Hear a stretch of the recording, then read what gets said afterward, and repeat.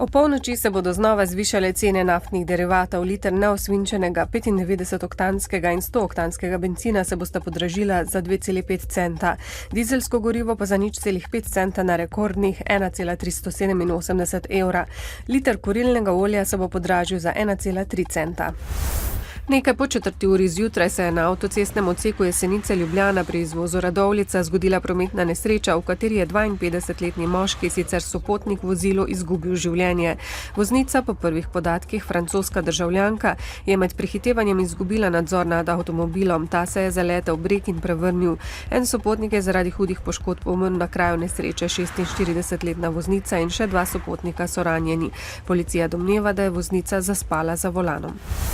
Na mariborskem okrožnem sodišču se je začelo sojenje 26-letnemu Matjažu Škorjancu, obtoženemu izdelave računalniškega programa, s katerim je španska kriminalna združba vdrla v milijone računalnikov po svetu.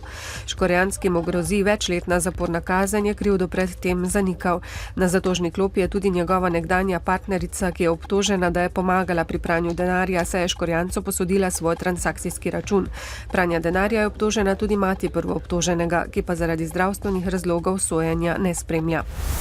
Vreme bo še naprej večinoma sončno, ponekod bo zapihal vzhodni veter. Najnižje jutranje temperature bodo od 14 do 20, najvišje dnevne od 26 do 32 stopinj Celzija.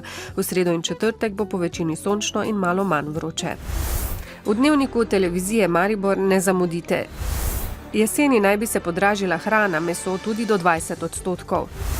Boj proti visokim temperaturam na bazenu, delo zaradi vročine ne stoji.